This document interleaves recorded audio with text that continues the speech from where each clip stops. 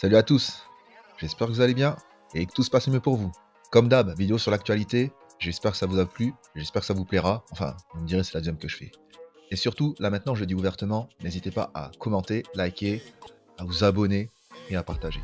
Bon, maintenant c'est fait, c'est dit, entrons dans le vif du sujet, la mort du pape François. Ouais, vous allez me dire, Cockney était en retard, c'était le 21 avril. Ouais, c'est vrai.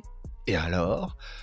Le prochain conclave, c'est le 7 mai. Donc ça va, on est dans les actualités.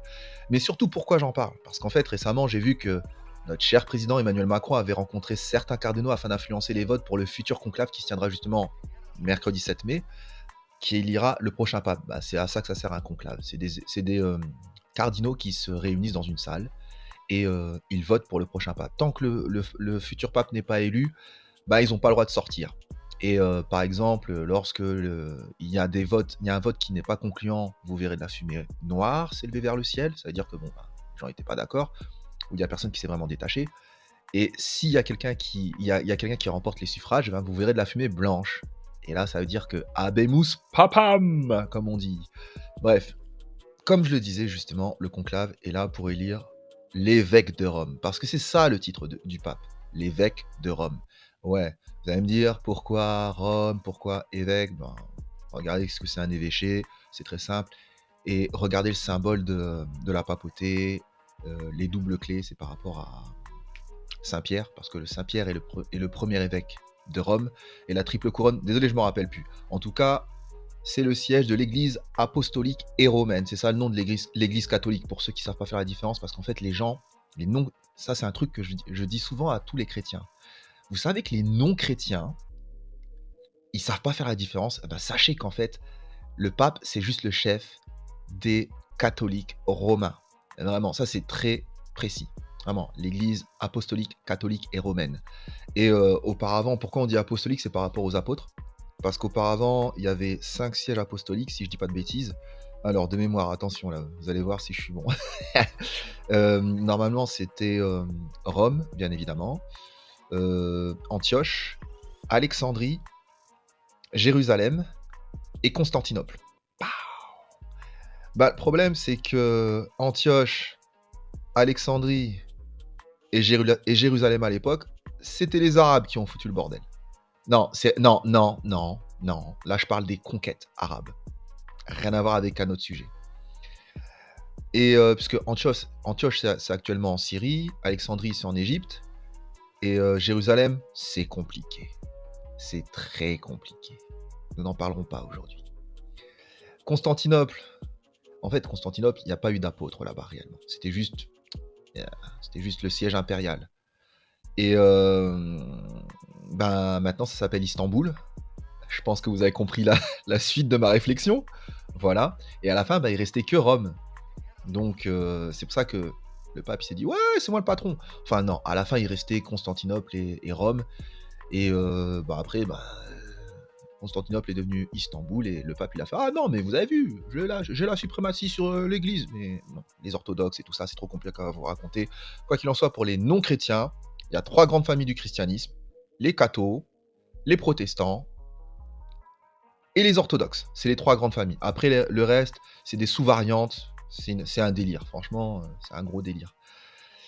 Et donc, le pape et notre actuel... Enfin, le défunt pape et notre actuel président, comment ça se passait entre eux? Mal. Très mal. Franchement, Macron cherchait à chaque fois, comme à son habitude, il cherchait à s'attirer la sympathie des cathos en se disant vous avez vu, je suis avec votre patron, alors que le patron, enfin le pape, le calculait à peine, franchement. Je crois que quand il est venu à Marseille, il n'a pas voulu le voir. Après, je crois qu'il s'est rendu en Corse, il n'a pas voulu le voir. Il s'est rendu aussi à Strasbourg, il n'a pas voulu voir Macron.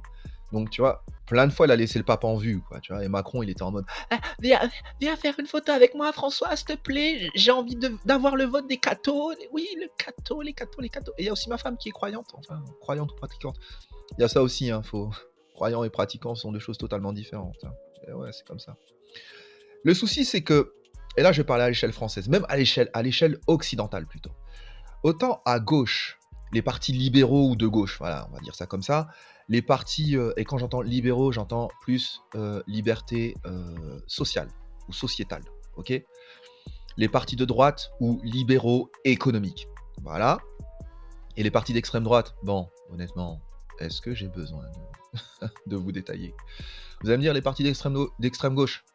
Vous savez, comment dire ça? Lénine a dit, heu: «La religion, c'est l'opium du peuple». Voilà où se situe l'extrême gauche.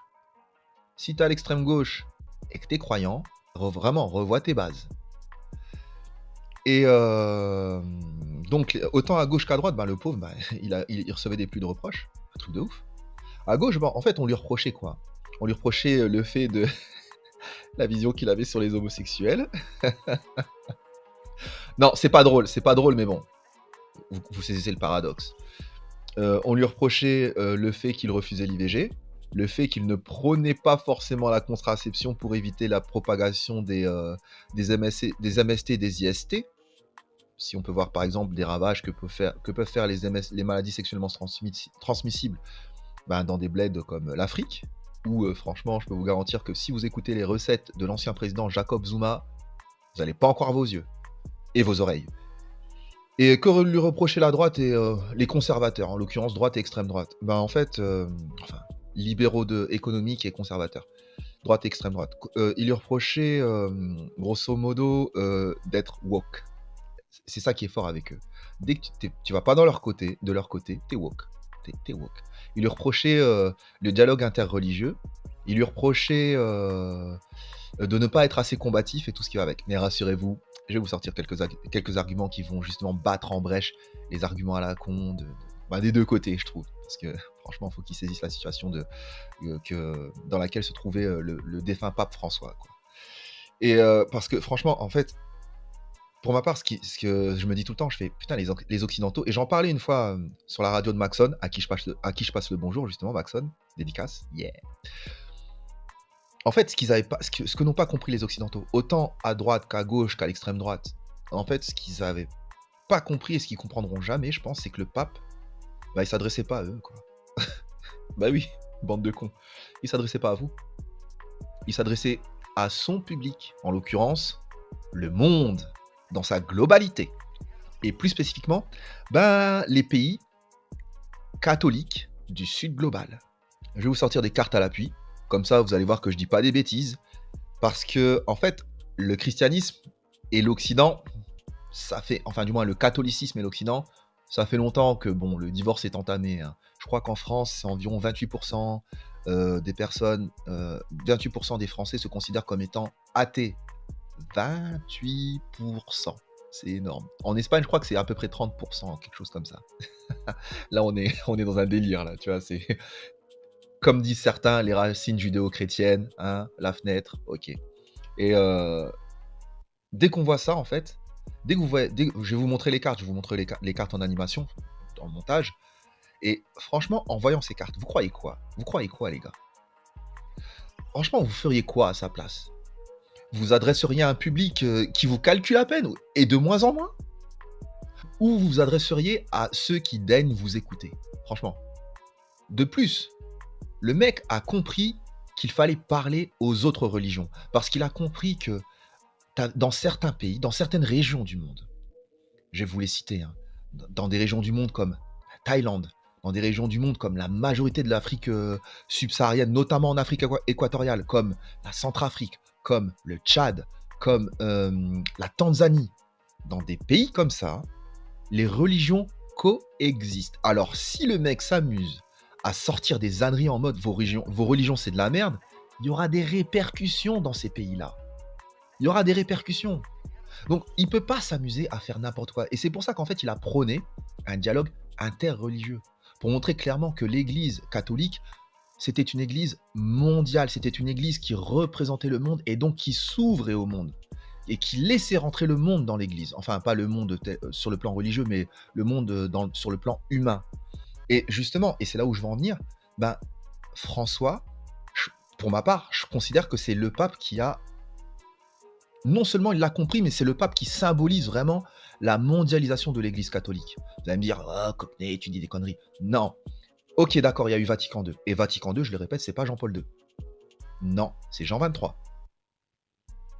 Vous allez me dire, mais comment tu sais tout ça? Ex-catho, les gars, ex-catho. Donc j'ai fait le catéchisme, en fait, voilà. Et Jean-Paul II, en fait, c'était plus le pape, de la guerre froide. Et Benoît XVI, c'était le pape, grosso modo, qui voulait, c'était un pape de combat qui s'est très vite révélé, comme étant un pape conservateur qui parlait, ben, juste qu'aux Européens. Et c'est pour ça qu'il y a eu le pape François. Pour qu'il élargisse le dialogue de l'Église par rapport au reste du monde. Parce que franchement, c'est ça qui est con avec les, les cathos tradis d'Occident. Et vraiment, je dis bien l'Occident collectif. Hein, c'est-à-dire, je parle des cathos tradis d'Europe, bien évidemment. Je parle des cathos tradis d'Amérique du Nord. Et je parle des cathos tradis des pays tels que l'Australie. Mais ces pays-là, majoritairement, sont protestants. Pour ceux qui en a, pour ceux qui représentent l'Australie et peut-être la Nouvelle-Zélande. Mais je parle de ces pays-là. Et donc le truc, c'est que les cathos tradis d'Occident, en fait, ils doivent aussi faire face à une certaine réalité. Faut le dire. Et je le disais tout le temps lorsque j'intervenais sur les ondes de Maxon. Primo, les églises en France, ça fait un bail qu'elles sont vides. Qu'elles se vident et parfois qu'elles sont vides. Au point où, quand j'étais gamin, dans l'église où j'allais, vous pouvez vérifier sur internet, c'est l'église Sainte-Thérèse à Amiens. Très belle église en briques rouges. On y allait quasiment tous les dimanches avec mes parents. On y allait aussi, je m'en rappelle, c'était mes souvenirs, attends 2 secondes, c'était la messe de minuit à Noël. Donc ouais, je viens d'une famille croyante et pratiquante. Mon daron, quand le papy passait à la télé, on se mettait à genoux. Donc voilà, je vous raconte pas des âneries. Le catéchisme, c'était obligatoire pour nous. Tous les mercredis. Les mercredis matins. En même temps que Dragon Ball Z. Merde. J'en ai raté beaucoup des épisodes. Heureusement qu'il y avait les magnétoscopes. Et grosso modo, et même quand j'étais déjà petit, les églises étaient pleines, mais elles étaient pleines de bronzés, comme on aime dire. Notamment des noirs. À Amiens, on trouvait beaucoup de Congolais et des Capverdiens qui allaient à l'église. Donc le coup de ouais non, on comprend pas pourquoi le pape c'est un pape woke comme on aime dire. Non, d'une part, c'est parce que les églises sont vides. Rien à voir avec les conneries que peuvent raconter des mecs comme je sais pas moi, Philippe de Villiers que j'ai écouté récemment. Je vous la mettrai au montage. Mais moi j'ajouterais ceci, on a le droit d'analyser. Parce que le pape est un chef d'État, le pape est un chef d'Église. Et l'analyse que je fais est la suivante, en résumé. Comme chef d'État, je lui fais 2 reproches qui sont pas minces. Le premier, c'est qu'il a toisé la France. Il lui a montré du mépris à plusieurs reprises. Quand il est allé à Strasbourg, au Parlement européen, il a dit « Je suis à Strasbourg, pas en France ». Quand il est allé à Marseille, auprès du cardinal Aveline, il a bien insisté en disant « Je suis à Marseille, je ne suis pas en France ». Et qu'est-ce qu'il voulait dire par là ? Je viens visiter une ville multiculturelle. Et ensuite, toujours comme chef d'État, il voyait d'un bon œil l'islamisation de l'Europe. Il a traité de vieilles filles stériles, et le fait que l'Europe s'islamise était pour lui une bonne nouvelle. Alors oui, pour le Sud, mais si on doit lâcher le Nord, on lâche la propre Hollande. Et comme chef d'église, là encore, je lui fais 2 reproches. Le premier, c'est d'avoir poursuivi, persécuté les chrétiens de la tradition, ceux de l'église de notre enfance, la petite église de Bretignolles, la petite église de Boulogne, c'est-à-dire un rite, une tradition, une liturgie que je viens de retrouver là pendant 2 jours à Foncombault, et qui faisait la grandeur de l'église au sens de la phrase de Saint-Exupéry « Ah, faites pleuvoir sur le monde » quelque chose comme un chant grégorien. Et pendant qu'il poursuivait cette minorité-là, celle de la tradition, il en appelait à toutes les minorités à travers ce qu'il appelait les périphéries, donc les minorités de la diversité, les minorités ethniques, les minorités sexuelles, les minorités du wokisme. En fait, c'était un pape woke. le pape des minorités, le pape des périphéries. Et quand vous allez chercher les périphéries en connaissant en politique, et que vous négligez le noyau central, vous perdez tout. Et après, ben, comme je disais juste avant, la pratique, je dis bien la pratique, pas la croyance, parce que tu peux venir dire ouais, ouais, je suis croyant. Après, on te pose deux, trois questions. Vas-y, dis-moi, c'est quoi les 7 péchés capitaux? Un truc de ouf, hein. Franchement, c'est pas un truc de ouf, hein. Ou les 7 vertus, parce que si je parle des 7 vertus théologales, ça commence à devenir épicé pour certains. Mais si on parle juste des 7 péchés capitaux, les gens, si tu sais pas ce que c'est, allez, vas-y, rentre à la niche, chrétien d'opérette. Et donc, ouais, si je te demande de citer, par exemple, le Notre Père ou le Pater Noster, comme les gens aiment le dire, même moi, ça fait un bail, franchement, je vous le dis, hein, ça fait un bail, quasiment plus de 20 ans que je ne l'ai pas cité, mais tu me lances, ça sort tout seul. Honnêtement, ça sort tout seul, littéralement. Donc, voilà, quoi, c'est pour vous dire que la pratique, et il y a plein de gens, notamment des conservateurs, d'opérette, comme j'aime le dire, dès que ça parle religion, ils commencent à bégayer. Parce que, je leur dis, la pratique, vous vous vantez d'une religion dont la pratique est faible. Et non seulement elle est en déclin, mais elle est faible aussi. Et le pire, c'est quoi? C'est que tu te considères comme étant le défenseur d'une religion que tu ne pratiques pas. Juste tu la défends. Pour soi-disant défendre les valeurs de je ne sais quoi, je ne sais quoi. Non, mais sache une chose. Ta religion, elle est à l'échelle mondiale. Ce n'est pas. En fait, ta religion ne représente pas ton pays, elle représente ta communauté, en l'occurrence la communauté chrétienne, la chrétienté, parce que c'est ça en fait la chrétienté. C'est pas la chrétienté, c'est pas le christianisme. La chrétienté, c'est le christianisme à l'échelle territoriale, mon gars, à l'échelle territoriale. Et pour en rajouter, c'est ça qui m'agace avec la plupart de ces gens là, ces cathos tradis avec des écrases merdes ou avec un look à 2 balles, là, qui viennent, en fait, ils parlent de la religion chrétienne. Et en fait, la plupart du temps, c'est pas pour faire adhérer à cette religion. Non, non, c'est pour faire chier les autres religions. Pas de les autres religions, une en particulier, en l'occurrence l'islam. Et en fait, les mecs, quand tu leur dis, ouais, en fait, moi, tu vois, je te le dis, je suis musulman, mais t'inquiète pas, il n'y a pas de souci, j'étais au catéchisme et tout, j'avoue, c'est un peu vieux, mais on peut se parler, il n'y a pas de problème. Et très vite, je vois que ça bégaye, alors que putain, oh, j'étais un gamin quand j'y allais. Et quand j'entends des gars qui connaissent à peine, et je me dis, mais attends, t'es face à quelqu'un qui a appris ça quand il était gamin. Et tu connais pas. En fait, grosso modo, ces mecs-là, la plupart du temps, ces gens, hein, pas ces mecs, ça peut être des mecs comme des meufs. La plupart du temps, ces gens, en fait, je le dis tout le temps, ils portent leur religion en boutonnière comme une espèce de dégénéré friqué qui se pavane avec la Légion d'honneur, quoi. C'est sur sa veste. Voilà. Et c'est ça, en fait, c'est ça qui est terrible. C'est moi aussi, hein, ça me fait chier un peu pour les croyants, parce que ben, je veux pas être là en mode ouais, convertissez-vous. Non, je suis pas là pour ça, je m'en fous. Chacun son choix. Mais ça me fait chier aussi pour certains chrétiens, notamment certains chrétiens des communautés noires, ça me fait chier pour eux, parce qu'en fait, quand tu vois que malheureusement, certains discours peuvent sortir de la part d'autres chrétiens et sont pas très plaisants à entendre, c'est pas terrible. Mais au-delà de mes considérations, franchement, qui ne concernent que moi et qui, franchement, voilà, quoi, ça va pas plus loin que le pas de ma porte. Après, si cela vous intéresse, c'est cool, et je vous remercie de m'écouter. Mais si ça vous intéresse pas, bah, changez. Si vous êtes énervé, commentez, mais m'insultez pas, les gens. Franchement, pas d'insultes, ça sert à rien. Vraiment, ça sert à rien. Non seulement je vais vous faire une réponse qui va faire l'effet d'un high kick dans vos dents, ce qui est très désagréable. J'en ai jamais eu, mais j'en ai déjà donné. Et après, franchement, vous allez effacer votre commentaire et ça va être terrible pour vous. Parce que bref, ne faites pas ça. J'ai la réponse qui est facile et qui est souvent cinglante. Tu vois, bref, au-delà de ça, en fait, le pape François, ce qu'il voulait faire, c'était juste, comment dire ça,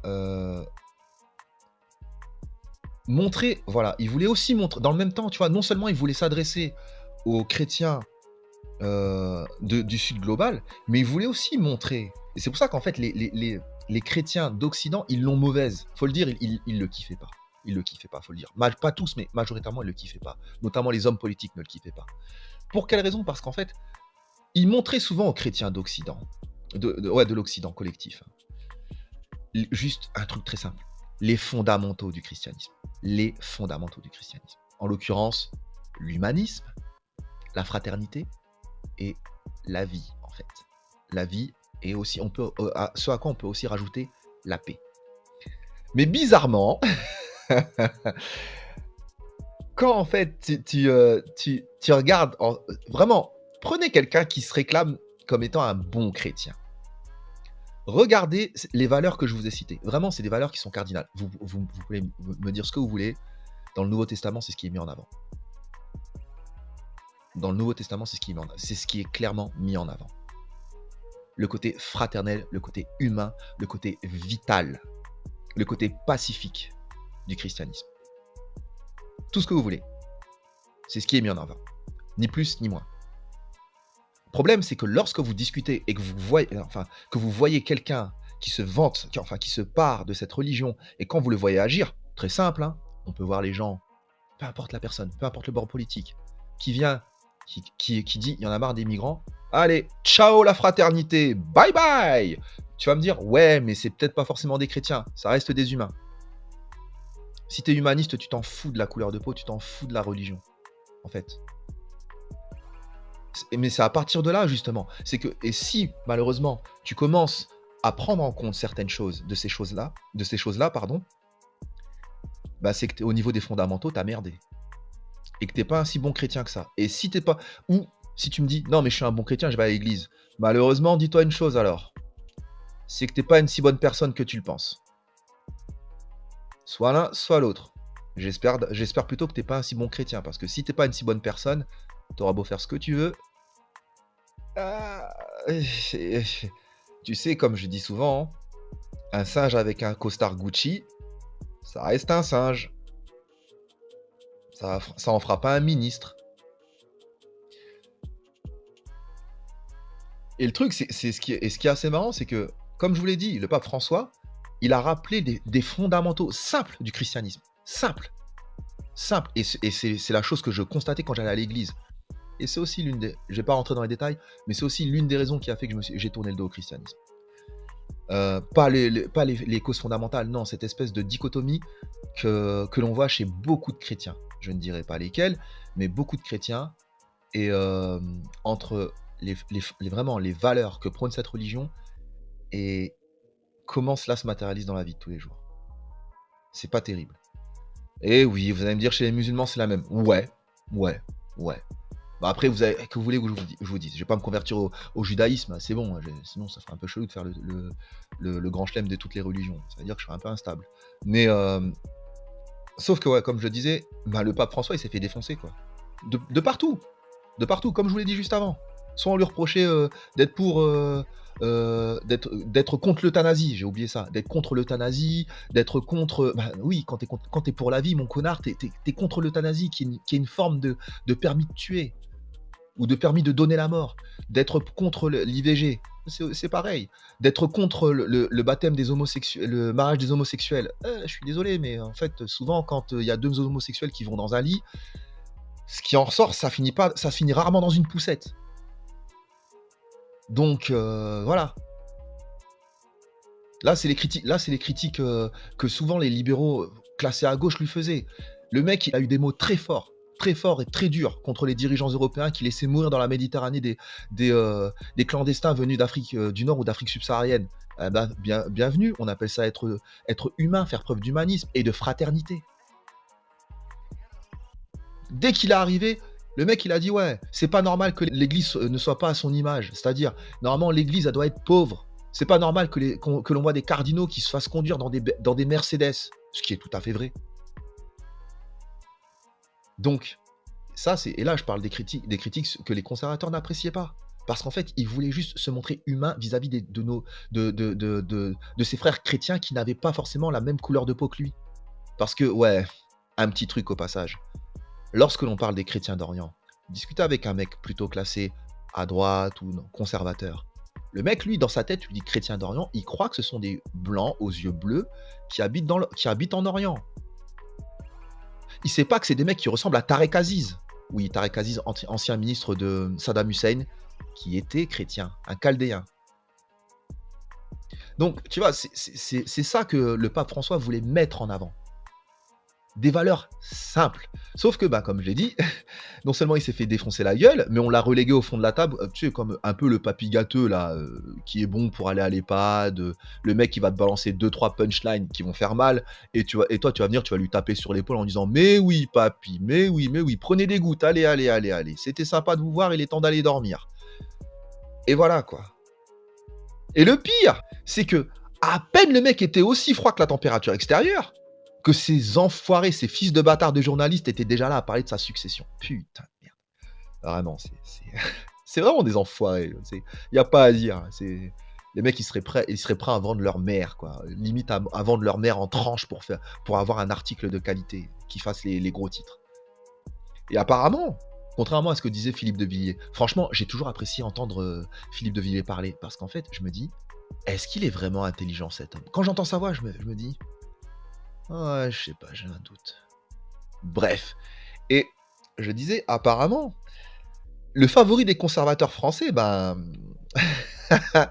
ce serait le cardinal Robert Sarah. Je sais pas c'est qui, attendez 2 secondes, je regarde c'est qui. Alors, c'est qui ça? Robert Sarah. Robert Sarah. Alors, voyons voir. Robert Sarah, cardinal de Conakry, un pays musulman. Ordonné cardinal en 2010 par Benoît XVI. Bah tiens, ça m'étonne pas ça. Ta ta ta, ta ta ta ta ta ta. Ah ouais, putain, le mec, il est quand même en mode Mad Max Fury Road, quoi. C'est putain de merde. Ah ouais, je comprends mieux pourquoi les gars ils sont contre lui, hein. Putain, le mec conservateur, contre l'homosexualité et l'immigration. Rien que ça, tu vois, je vous mettrai au montage une petite vidéo de qui décrit le bonhomme, quoi. Ouais, le mec, il est fâché, hein. On a un peu des favoris, des top favoris en pole position pour prendre la succession du pape François. On va avoir Pietro Parolin, secrétaire d'État du Vatican, qui est modéré, hein, il connaît les rouages et il est moins disruptif que François. On a Matteo Zuppi, archevêque de Bologne, proche des pauvres, de gauche et pro-dialogue interreligieux. On a ensuite Louis Antonio Tagle, philippin, star des réseaux sociaux, très charismatique. Et enfin, mon petit préféré sur lequel on va s'arrêter un peu, qui est le cardinal Sarah. Cardinal Sarah qui est né en Guinée en 1945, c'est le premier cardinal guinéen de l'histoire, ordonné prêtre en 1969 et le plus jeune archevêque du monde, en l'occurrence archevêque de Conakry à 34 ans, ce qui est relativement jeune. Il va ensuite être nommé cardinal par Benoît XVI en 2010 avant de diriger la congrégation pour le culte divin de 2014 à 2021. Mais son XP entre guillemets chrétienne, c'est pas l'essentiel, parce que l'essentiel, c'est qu'il est conservateur et africain. Et que ça a beaucoup de sens. Il défend la messe en latin, on dit ad orientem, donc qui est dos au peuple, tourné vers l'autel, tourné vers Dieu. Il est aussi contre les réformes de Vatican II, il est opposé à l'ordination des hommes mariés, il est opposé à l'immigration de remplacement, opposé à François sur la bénédiction des homosexuels, et comme en témoigne un extrait qui tourne énormément en ce moment sur les réseaux sociaux, il est très inquiet de la crise spirituelle quasiment existentielle que connaît le monde occidental. Après, ce qui est bien quand même, c'est que c'est la première fois que je vois autant de mecs à droite, et encore plus à droite, qui kiffent à noir, qui n'est pas forcément français et qui joue pas forcément au foot. Ouais. Après, tu me diras, c'est peut-être parce qu'en fait, il est contre l'immigration et qui se disent, ouais, peut-être le pape là, il va dire, ouais, vas-y, l'immigration, la remigration et tout ça, grand remplacement et tout ça. Mais bon. Après, franchement, ce qui est assez drôle, c'est que, encore un peu, je pense que ce mec, il serait capable de prôner le rétablissement de l'esclavage. Sans mauvais jeu de mots. Mais avec un peu beaucoup de malice. Voilà, quoi. Ouais, le catholicisme, en fait, il est dans un état où, en fait, il se cherche. Non seulement le pape François était un symbole de renouveau, parce qu'on oublie vite que c'était le premier pape latino-américain, parce que pendant très longtemps, on a eu des papes européens. Très, très longtemps. Mais là, c'était le premier pape qui n'était pas issu du continent européen. Si je dis pas de bêtises, hein. Putain, j'espère que je dis pas de bêtises sur le coup. Il était latino-américain, il était argentin. Il venait de Rosario, sans vouloir dire de bêtises.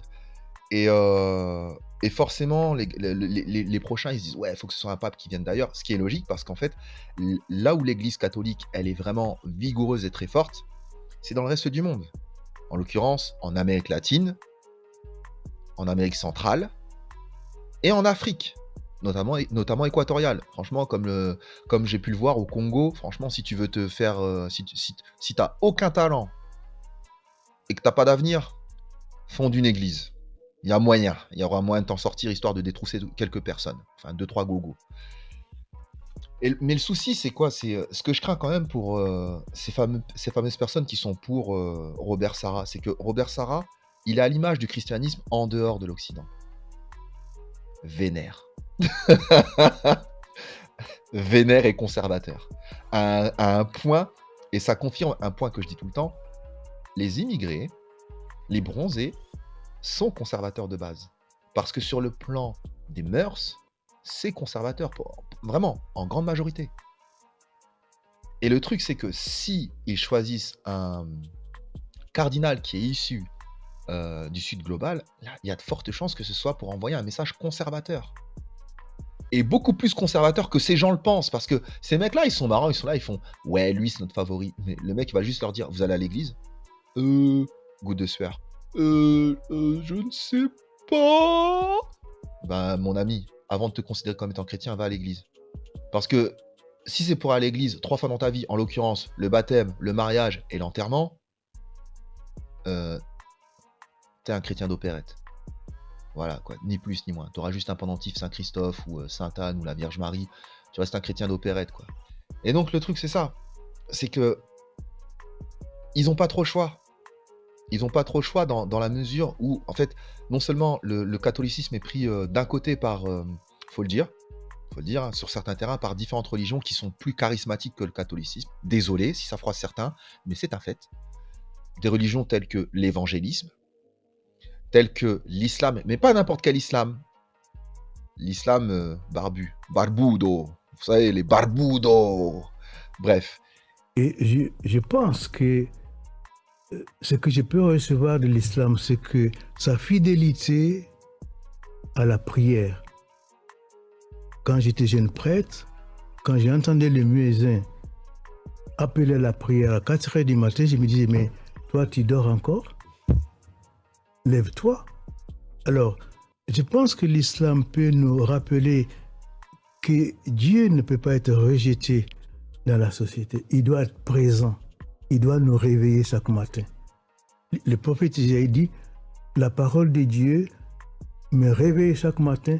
Chaque matin, il me réveille comme quelqu'un qui se laisse instruire. Dieu doit nous réveiller chaque matin.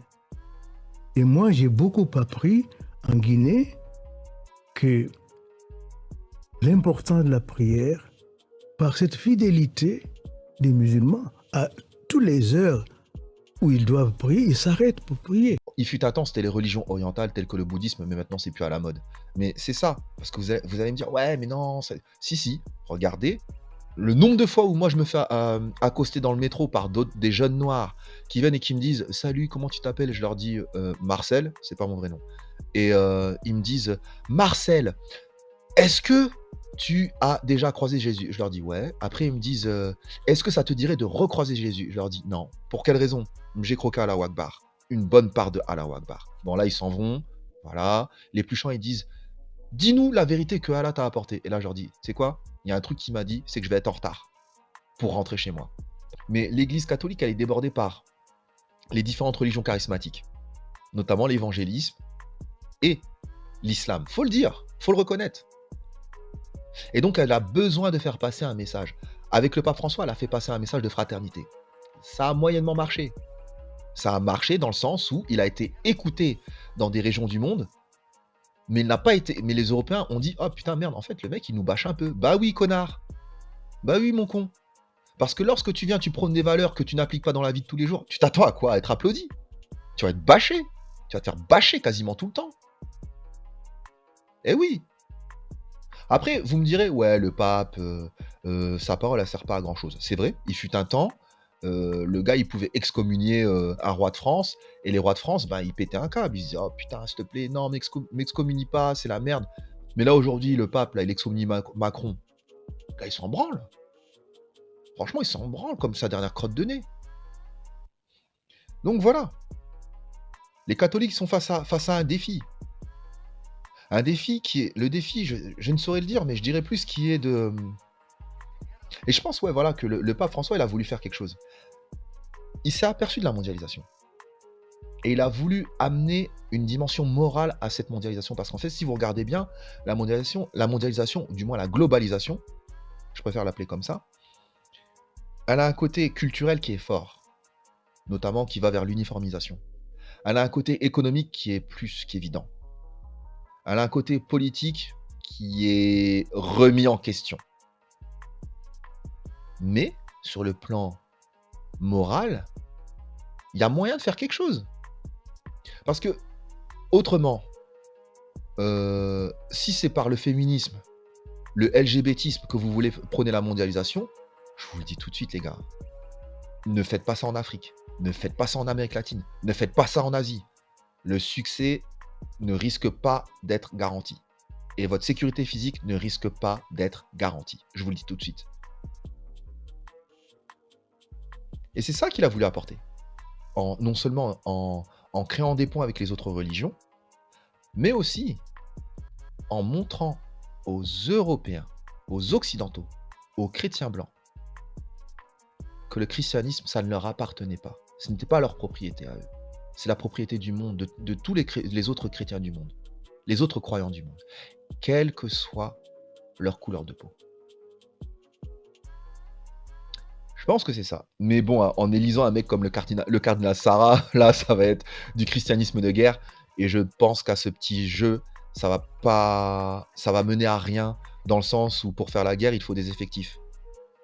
Et on en revient aux effectifs déclinants du catholicisme. C'est la merde. Voilà, en tout cas, je ne sais pas qui sera élu. Peu importe, en fait.